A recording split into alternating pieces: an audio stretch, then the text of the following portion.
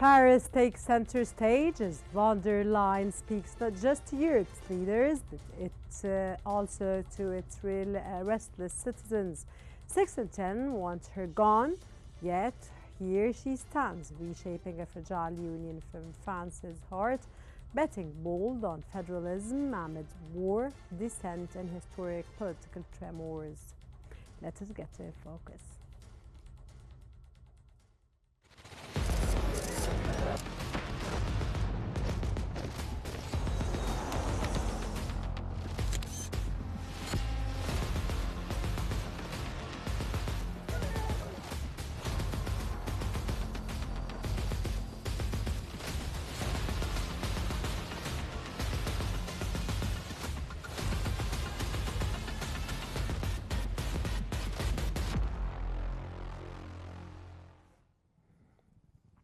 Qnews has reported that in a significant move, European Commission President Ursula von der Leyen is exploring a potential EU-wide ban on social media for minors.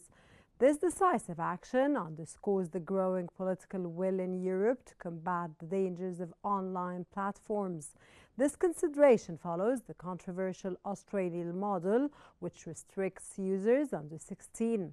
The EU's move also aligns with similar national efforts like the one recently announced in France, highlighting a unified front against digital threats to youth.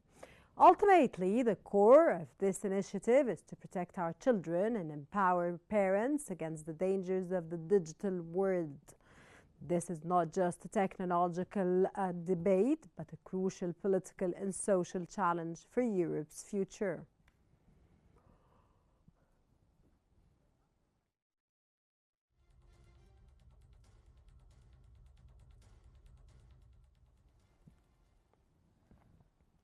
According to Politico, in a clear political maneuver, European Commission President von der Leyen used her State of the Union speech to turn her focus outward. This comes as she faces significant opposition and internal political challenges. To rally support, she chose an aggressive tone, calling on Europe to fight. She proposed a stronger defense against Russia and a tougher stance on Israel, including potential sanctions amidst a complex regional and global landscape. This shift in rhetoric appears to be a direct attempt to distance from her own political battles. It reveals the deep divisions and immense pressure on the European Union's leadership to assert its authority on the world stage.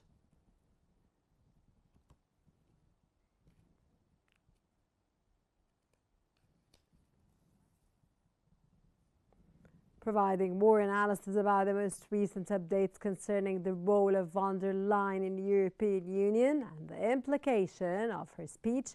Joining us from Brussels, Mr. Nicholas Williams, former NATO official. A very warm welcome, and it's a pleasure to have you on our program. Mr. Williams, with Europe's defence unity fraying and von der Leyen calling to fight, can NATO still count on a coherent EU strategy against Russia? I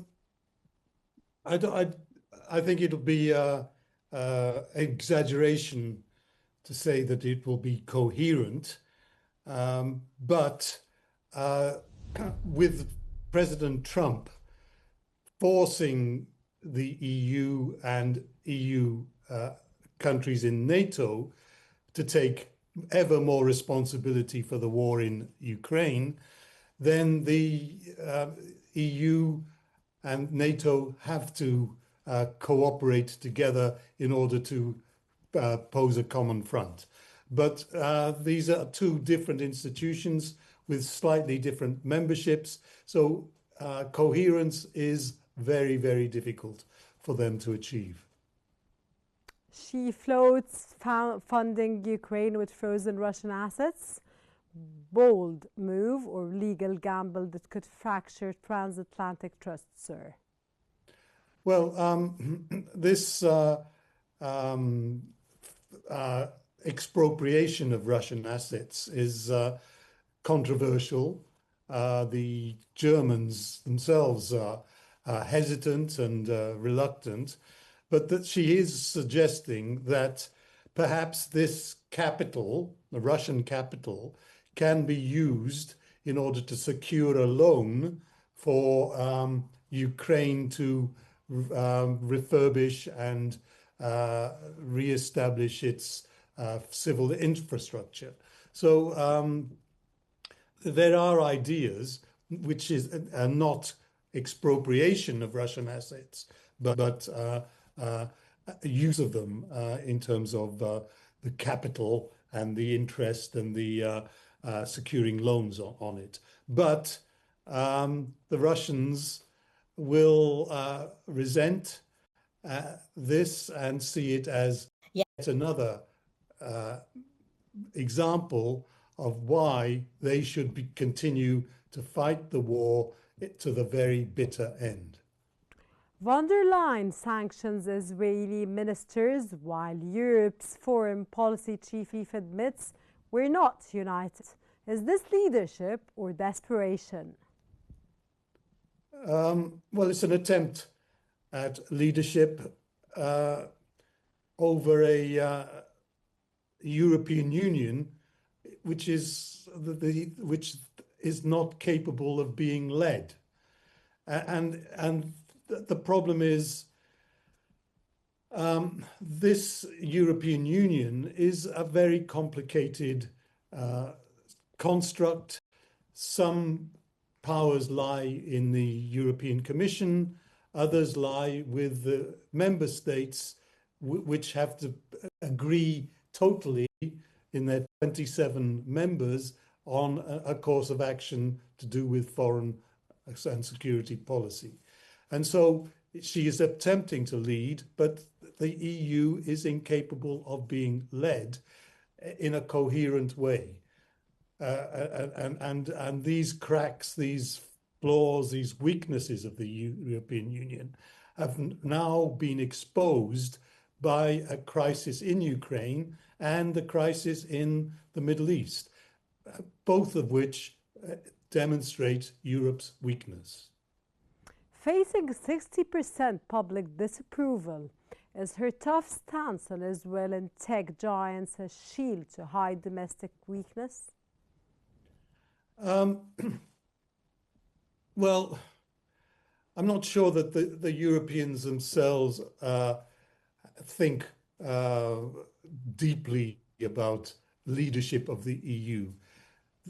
Their 60% disapproval rating reflects their disappointment of where the EU is taking them, and their disapproval and disappointment about the level of growth, level of economic well-being that it's achieved 5 years since COVID, and many EU countries are stagnant, and this is the reflection. And von der Leyen is the victim of this dissatisfaction. Exactly. I was just going to ask you, sir, why is von der Leyen the reason? You mentioned COVID, you mentioned economic stagnant. Why is she responsible for all of this together? She's not responsible definitely for COVID. Yes, but she's tried to put herself in the lead, as you say, and so she is effectively being blamed, even though she doesn't have any real control of any of the major strategic issues that face the European Union. And I think this speech today was an act of desperation. It was an attempt to be Churchillian. She said that the battle lines for a new world order based on power are being drawn right now, based on power. And she realizes, and the EU realizes, they have no power. And this is the desperate situation that she finds herself both unpopular and powerless. Can von der Leyen legally suspend EU-Israel agreements unilaterally? Of course, or is she testing the limits of Commission power? But it seems she can't. She, like Kaya Kallas, are trying to test the limits of power in the EU, the limits of centralized power. But she can't suspend, for example, totally the EU agreement with Israel. But what she does have power on is the trade arrangements, because the EU and the member states have ceded power to the Commission, von der Leyen, a long time ago in terms of trade policy. So what she can do, she is trying to do, but only very limited. Banning minors from social media sounds protective, but does it violate fundamental digital rights under EU law, sir? This is a complex question. As you say, it sounds fine. In the old days, they used to have warnings on the television. Youngsters couldn't see certain films and so on. But the problem is that digital information is not territorially based. And sometimes this desire to control digital information for 16-year-olds leaks out into a control of disinformation or information that is legitimately considered as free speech. And then you have the problem that the United States, where many of this information originates from or is based in, then the United States will say, you are trying to control us. You are trying to control Google. You are trying to control all these digital mega companies which are based in the United States. And so it's a very difficult legal issue how to isolate the protection of under 16s from the broader question of how do you protect freedom of information, freedom of speech. Sir, rolling back Green Deal's rules under deregulation guise, is this legal pragmatism, sir, or betrayal of Europe's climate commitments? Well, von der Leyen made much when she was elected for the second term of this Green Deal. And she made a deal with the Greens in order to pursue this Green Deal. Unfortunately, reality is breaking in, just like reality on Ukraine, reality on the Middle East, is now reality on the costs of net zero, and the Green Deal is now breaking in. And many economists are arguing that the approach to the climate change taken by the EU and others is too costly. It pushes up energy prices, depresses the industrial output, and then weakens and depresses the standard of living.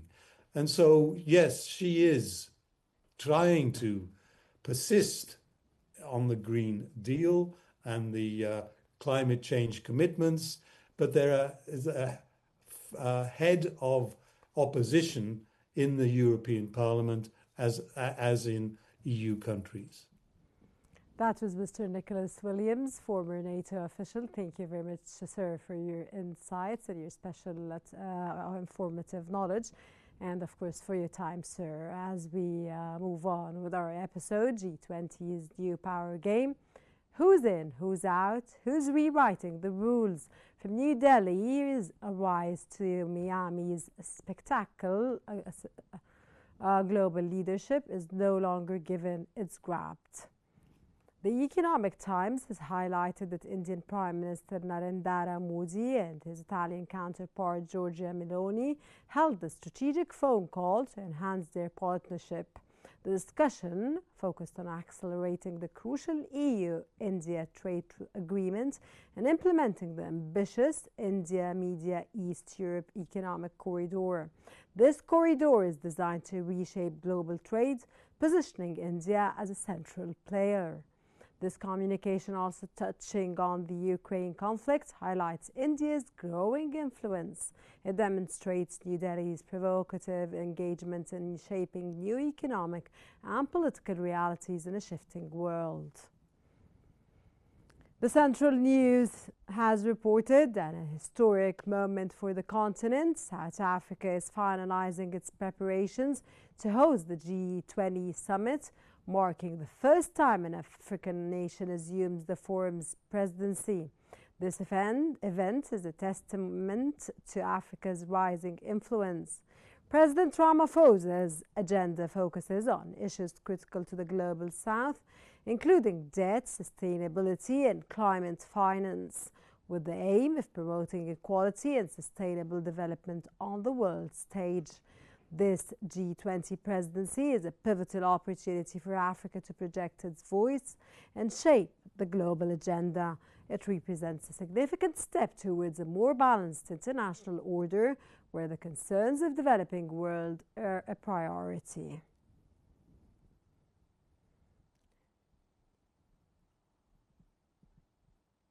To shed more light on the most recent updates concerning the G20 summit and its implications, joining us from New Delhi is Mr. Niraj Manhas, South Asia Policy Initiative Special Advisor. A very warm welcome to InFocus, sir. Mr. Niraj, India gave the Global Summit, Global South, a megaphone at G20.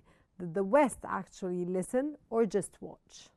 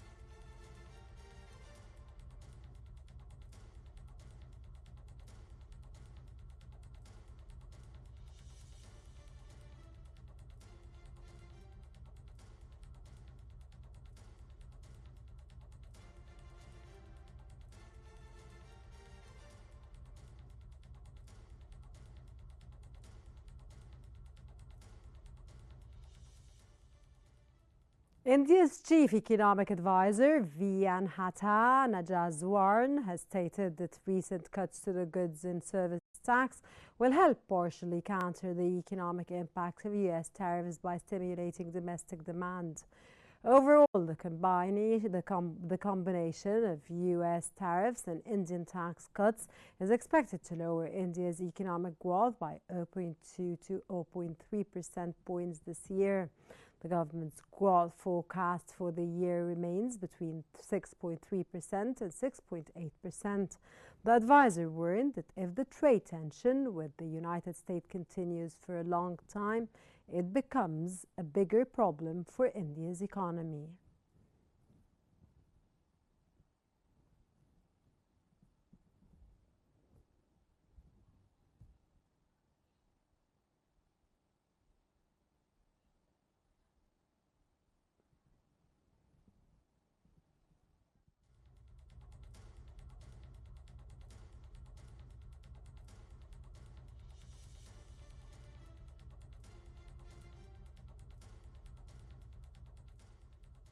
Data released by the National Bureau of Statistics has revealed that China's producer deflation eased in August, suggesting Beijing's efforts to rein in excessive competition and price cuts in key industrial sectors were starting to bear fruit. Though analysts say manufacturers remain some way off from a reflationary cycle.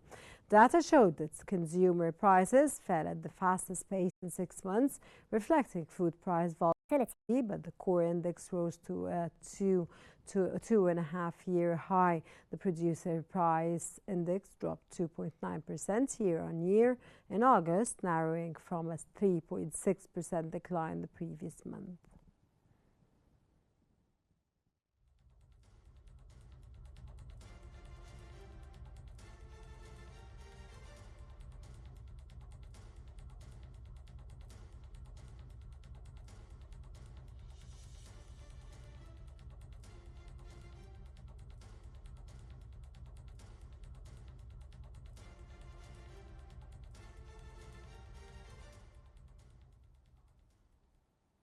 In Latin America, Chile's central bank has announced a modest upgrade to its economic growth forecast for this year.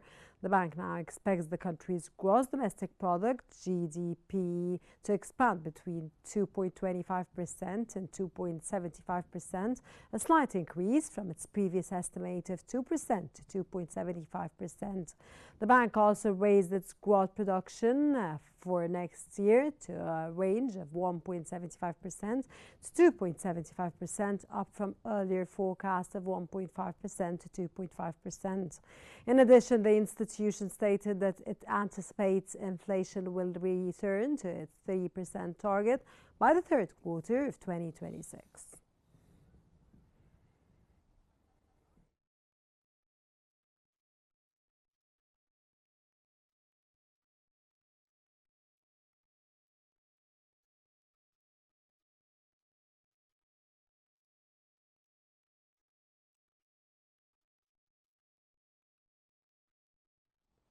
Welcome, sir, and sorry for the technical disturbance that took place. Modi pushed Digital India as a global model. Is this just a local success story? So, yeah, absolutely not. So, I believe that Digital India has transcended its domestic roots to become a global benchmark for digital transformation.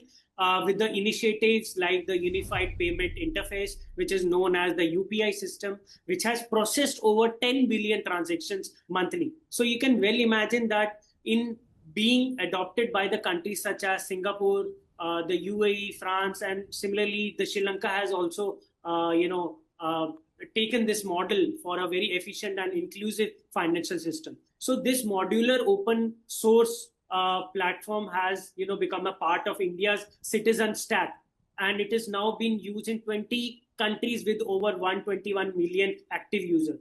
And it's exporting India's digital public infrastructure to the foster inclusion and innovation worldwide, especially in the global south. So programs like Aadhaar and direct benefit transfers have inspired similar systems, and which has globally providing India's tech solutions, which drives socio-economic change from the financial inclusion to the scalable digital economies. So it has positioned its leadership in the 1 trillion digital economy goal by 2028. But the challenges in the digital divide persist, but India focus on accessibility and open platforms, and which offers valuable lessons for nations building and resilient digital ecosystem.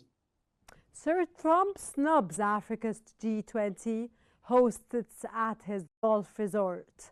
Is the G20 now a club for power or for profit?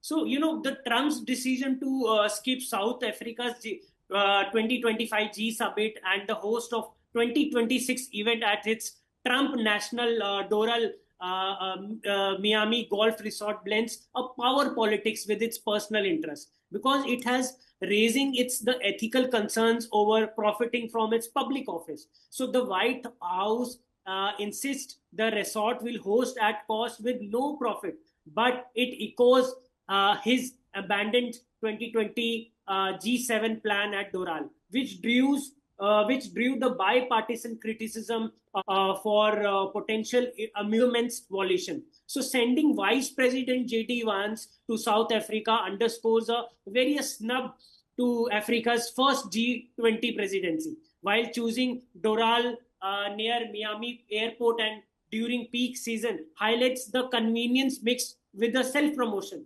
So, it's a mixed feeling. The G20 has always been without wielding influence among major economies. But Trump's move inject a very profit motive and potentially eroding its credibility as a forum for global cooperation amid ongoing debates on inclusivity and ethics. Okay, sorry, your answer brings us to another question, which is Poland's trillion-dollar economy still can't get a seat. Does G20 pick members by GDP or by who's friends with whom?